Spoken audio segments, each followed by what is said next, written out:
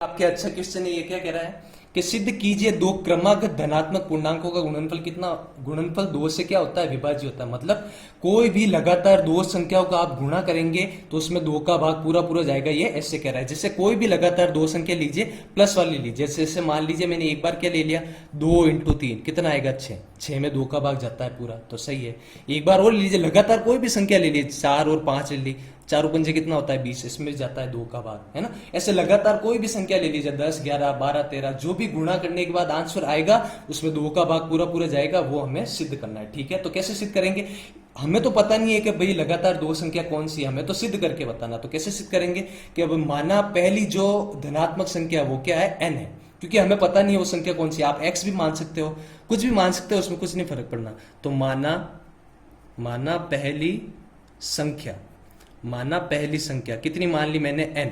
तो बताओ दूसरी संख्या क्या होगी, दूसरी संख्या क्या होगी। देखो हमें लगातार संख्या लेनी है, ध्यान से सुन लीजिए। ऐसे एक बार मान लीजिए पहली संख्या है 2, 2 को मैंने क्या माना, n। ठीक है, 2 से बनाना है 3, तो 2 में कितना जोड़ना पड़ेगा, 1। तो n हमने लिया है, तो n के आगे वाली संख्या क्या हो जाएगी, n+1। ठीक है, अब ये क्या कह रहा है, दो क्रमागत धनात्मक पूर्णांक संख्या का गुणनफल। अब इन दोनों का क्या लेना है, गुणनफल लेना है। गुणनफल का मतलब दोनों को गुणा करना है, n कोष्टक n+1। ऐसे लेने पर इसमें दो का भाग पूरा पूरा जाना चाहिए, ये हमें करना है सिद्ध। अब देखिए ये तो हमने जमा लिया इस रूप में। अब यहां पर n का मान कुछ भी रख के देखिए, n का मान आप कुछ भी रख के देखिए और देखिए दो का भाग जाता है कि नहीं। जैसे मान लीजिए एक बार n बराबर 1, 2 और 3 के लिए अपन सिद्ध करके देखिए। ठीक है, जैसे पहले रखा n का मान 1, तो यहाँ रखा 1, 1+1, 1 और 1 कितना हो गया, 2, और 2 एकम 2, 2 में दो का भाग जाता है। वापस देखिए अब की बार रखा 2 + 2 और 1, 2 और 1 3, 3 दूनी 6, 2 का भाग जाता है। 3 रखा तो 3 + 1, 4 तिया 12, 12 में भाग जाता है। आगे से 4 रखो, 5 रखो, 10 रखो, 20 रखो, कोई भी संख्या रखो, दो लगातार संख्या लगो ऐसे n कोष्टक n+1, तो उसमें दो का भाग पूरा पूरा जाएगा। अतः हम क्या लिख सकते हैं, अतः हम लिखेंगे सत्य है, ऐसे लिखोगे, सत्य है दो क्रमागत संख्याओं में, दो क्रमागत संख्याएं दो से विभाजित होती है, दो से विभाजित होती है। यानी कोई भी लगातार दो संख्या आप ले लो उसमें दो का भाग पूरा पूरा जाएगा। ये हमने सिद्ध करके बता दिया। यहाँ पर n और एक संख्या ली n+1, और n की जगह कोई भी मान रख दो आप, जो आपका मन हो, उसमें दो का भाग पूरा पूरा जाएगा। ठीक है, तो ये था आपके 14 क्वेश्चन। देखिए 15 क्वेश्चन से पहले मैंने गलती से 16 क्वेश्चन लिख लिया, तो पहले अपन 16 क्वेश्चन करना पड़ेगा अपन को। ये क्या कह रहा है, व्याख्या कीजिए कि इस संख्या और ये जो दोनों संख्या वो क्या है, भाज्य संख्या। एक बार मेरी बात ध्यान से सुनिए, भाज्य संख्या और अभाज्य संख्या क्या होती है। अभाज्य संख्या की तो क्या होती है, ऐसी संख्या जिनमें स्वयं के अतिरिक्त अन्य किसी संख्या का भाग नहीं जाता, वो क्या कहलाती है, अभाज्य संख्या। जैसे देखिए 2, 3, 5, 7, 9, 11, 13, 17 ऐसी संख्या, ये ऐसी संख्या है जिनमें स्वयं का ही भाग जाता है। जैसे 2 में 2 का ही भाग जाएगा और किसी संख्या का भाग नहीं जाएगा। तो अभाज्य संख्या क्या होती है, एक तो स्वयं का भाग जाना चाहिए, और दूसरी परिभाषा क्या होती है, उनके टुकड़े कितने होते हैं, 2। मतलब एक तो भाग जाता है 1 का और एक भाग जाता है स्वयं का, यानी 2 का। देखो इसमें भी एक तो भाग जाता है 1 का और एक भाग जाता है 3 का।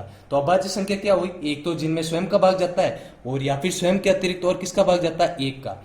अगर देखो स्वयं के अतिरिक्त और 1 के अलावा भी अन्य किसी संख्या का भाग चला गया, तो वो क्या कहलाती है, भाज्य संख्या। जैसे मानिए 2 और 3 के बीच में कितना आता है, 4, 6, 8 ऐसे मैंने लिया। इसमें देखिए 1 का भाग तो जा रहा है और स्वयं का भी भाग जा रहा है, लेकिन इसके अतिरिक्त देखिए साथ ही साथ 2 का भाग भी जा रहा है। 1 का भाग जाए और स्वयं का भाग जाए, तब तो क्या कहलाती है, आपके अभाज्य। लेकिन 1 और स्वयं के अतिरिक्त अन्य किसी संख्या का भाग चला जाए, तो वो क्या कहलाती है, भाज्य संख्या है। ठीक है, जैसे अपने पास दो संख्या है, ध्यान से देखिए। पहली संख्या क्या है, 7 × 11 × 13 प्लस क्या हो गया, 13। इसमें देखो 1 का भाग तो पूरा पूरा जाएगा, कोई भी संख्या हो उसमें 1 का भाग पूरा पूरा जाता ही है। और अगर इस संख्या में वापस इसी संख्या का भाग दोगे तब भी भाग पूरा पूरा चला जाएगा एक बार। अगर इस संख्या और 1 के अतिरिक्त अन्य किसी संख्या का भाग चला गया, तब तो ये क्या कहलाएगी, आपके भाज्य। तो देखो जाता है नहीं जाता है। देखो ये तो है पूरी एक संख्या क्योंकि गुणे में है, और ये है दूसरी संख्या। इन दोनों में क्या कॉमन आ रहा है, 13। तो 13 का भाग इसमें देंगे, पीछे क्या बचेगा, 7 × 11, और 13 का भाग 13 में कितनी बार जाएगा, एक बार। तो यहाँ कितना बचा, 1। अब देखिए इसमें आप 13 का भाग लगाओगे तो 13 से 13 कट गया, यानी एक का और स्वयं के अतिरिक्त 13 का भाग भी जा रहा है, तो ये क्या होगी, भाज्य संख्या होगी। ये क्या हो गई, भाज्य। या फिर देखो 13 को मत काटो, 13 का 13 रखो, 11 7 77 और एक क्या हो गया 78, तो 78 में 2 का भाग भी जाएगा, 26 का भाग भी जाएगा, तो स्वयं और एक के अतिरिक्त अन्य संख्या का भाग जा रहा है ना, तो ये क्या हो गया, भाज्य। वापस अगली संख्या ऐसे देखो क्या है, 7 into 6 into 5 into 4 into 3 into 2 into 1 plus 5। वापस देखो इन दोनों में क्या कॉमन आ रहा है, 5 कॉमन आ रहा है, कॉमन आ रहा है 5, तो 5 लिया कॉमन, तो इधर तो क्या बच जाएगा आपके 7 इंटू 6 इंटू 5 कॉमन ले लिया तो 5 वापस आएगा नहीं, 4 इंटू 3 इंटू 2 इंटू 1, इस पूरे में लिया तो 5 के दिया और इसमें 5 का भाग कितनी बार जाएगा, एक बार, तो प्लस कितना हो गया 1। अब देखो इसमें 5 का भाग पूरा जा रहा है, स्वयं के और एक के अतिरिक्त 5 का भाग जा रहा है, तो ये भी क्या हो गया, भाज्य संख्या होगी। ऐसा आपको सिद्ध करके बताना था, ठीक है ना। अगला क्वेश्चन देखिए क्या है, वह बड़ी से बड़ी संख्या आपको करनी है ज्ञात जिसमें 2053 और 967 को विभाजित करने पर शेषफल कितना बचे, 5 और 7 बचे। तो देखिए कैसे करेंगे इसको, बोर्ड में आया हुआ क्वेश्चन है ये, है ना। देखो ये कह रहा है बड़ी से बड़ी संख्या, हमें एक ऐसी उभयनिष्ठ कॉमन संख्या बताना है जिसका भाग इन दोनों में जाएगा और भाग देने पर शेषफल कितना आना चाहिए, 5 और 7। तो देखो उभयनिष्ठ आए या कॉमन आए, उभयनिष्ठ या कॉमन का मतलब क्या होता है, आपको क्या निकालना है, एचसीएफ निकालना है, यानी हम इन दोनों का क्या निकालना है, एचसीएफ निकालना है, ठीक है। तो एचसीएफ निकालने पर ऐसी संख्या हमें प्राप्त होगी जिसमें इसका और इसका भाग देने पर, जिसमें जो संख्या हमें प्राप्त होगी ना एचसीएफ निकालने का, जब उसका भाग अपन इस संख्या में और इस संख्या में देंगे तो या फिर तो शेषफल कितना बचेगा, 5, या फिर कितना बचेगा, 7, ठीक है।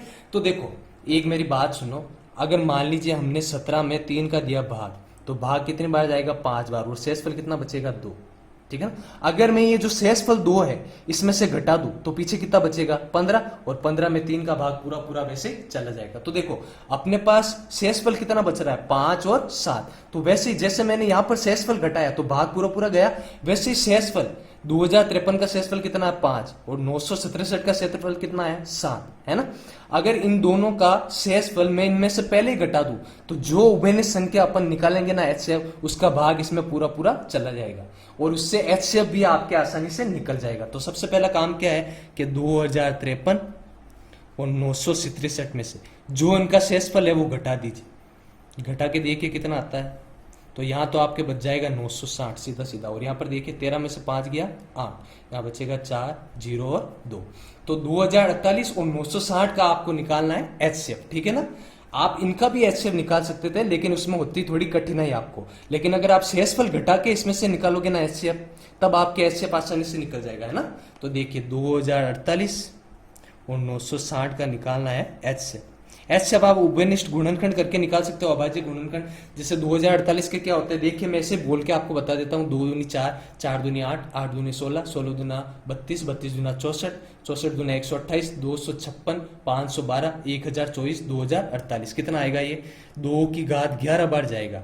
और 960 के टुकड़े आपके कितने होंगे, देखो 2 दूनी 4, 4 दूनी 8, 960 के करके देख लेते हैं। ऐसा करते हैं अपन 960 के करके देख ले ताकि कोई कंफ्यूजन ना हो। 2 चौक 8 बच्चा 1, 2 8 16, 0, ये जाएगा 240 बार, वापस दोगे जाएगा 120 बार, वापस दोगे जाएगा 60 बार, यहाँ जाएगा 30 बार, यहाँ जाएगा आपके 15 बार, फिर 3 बार, फिर 5 बार। तो इसके टुकड़े क्या है, 1 2 3 4 5 6, 2 की घात 6 इंटू 3 इंटू 5। हमें निकालना है एचसीएफ। एचसीएफ का मतलब क्या होता है, ऐसी संख्या जो इन दोनों में आ रही है, तो दो दोनों में आ रहा है, इसमें भी आ रहा है और इसमें भी आ रहा है। एचसीएफ में घात किसे लेते हैं, छोटी से छोटी, इसमें छोटी से छोटी घात क्या है, 6, और 2 की घात 6 का मान कितना आता है, 64। तो 64 एक ऐसी संख्या है, ध्यान से सुनिए, जिसका भाग अगर 2048 और 960 में तो पूरा पूरा चला जाएगा, लेकिन अगर 2053 और 967 में दोगे तो 953 में दोगे तो शेषफल कितना बचेगा, 5, और इसमें दोगे तो शेषफल कितना बचेगा, 7। तो वो बड़ी से बड़ी संख्या कौन सी है, 64। हमने कैसे निकाला, एचसीएफ निकाल के। एचसीएफ निकालने से पहले हमने क्या करा, दोनों का शेषफल घटाया। सिंपल ही है, बस ये याद रखना है कि शेषफल पहले घटाना है, फिर क्या निकालना है, एचसीएफ निकालना है, ठीक है। ये आपके बोर्ड में आया हुआ है एक बार क्वेश्चन। अगला क्वेश्चन देखिए क्या है, मैंने बहुत बार कर लिया है, अब तो आपको समझ में आ जाएगा पढ़ के। दो संख्या है 306 और 657, इनका एचसीएफ कितना है, 9, और हमें ज्ञात करना है एलसीएम। देखो जब भी एचसीएम दिया हुआ है एलसीएम निकालना है, या एचसीएफ दिया हुआ है एचसीएम निकालना हो, सूत्र वही लगाना है, दो संख्याओं का गुणनफल बराबर क्या होता है, एचसीएफ इंटू क्या होता है, एलसीएम। दो संख्या क्या है, 306 इंटू 657। एचसीएफ तो कितना है, 9, हमें क्या ज्ञात करना है, एलसीएम। देखो हमें एलसीएम ज्ञात करना है, तो 9 है गुणे में, इधर आया किस में हो जाएगा, आपके भाग में, तो ये चला जाएगा आपके भाग में। देखो किस में भाग जा रहा है, जिसमें भाग जा रहा है आप दे दो, जैसे इसमें दे दो, 9 होती है 27, पीछे कितना बचेगा 3, 9 चौक 36, इंटू कितना हो गया आपके 657। इन दोनों को गुणा करते आपके आंसर आ जाएगा, गुणा करके देखो आंसर कितना आता है, 34 और 657 करने पर ये आएगा आपके 22,338। एक बार आप गुणा करके देख लेना, ठीक है, वैसे मैंने कर लिया रफ में, फिर भी एक बार करके देख लेना ताकि कोई मिस्टेक ना हो। तो आज के लिए अपने 17 सवाल कर लिया, पीछे 3 क्वेश्चन और बचे हैं जो अपन अगले वीडियो में करेंगे। अगर आपको वीडियो अच्छा लगा, आपको क्वेश्चन समझ में आया और पढ़ाने का तरीका अच्छा लगा हो, तो प्लीज वीडियो को लाइक कीजिए, चैनल को सब्सक्राइब कीजिए और ज्यादा से ज्यादा अपने दोस्तों के साथ शेयर कीजिए। धन्यवाद।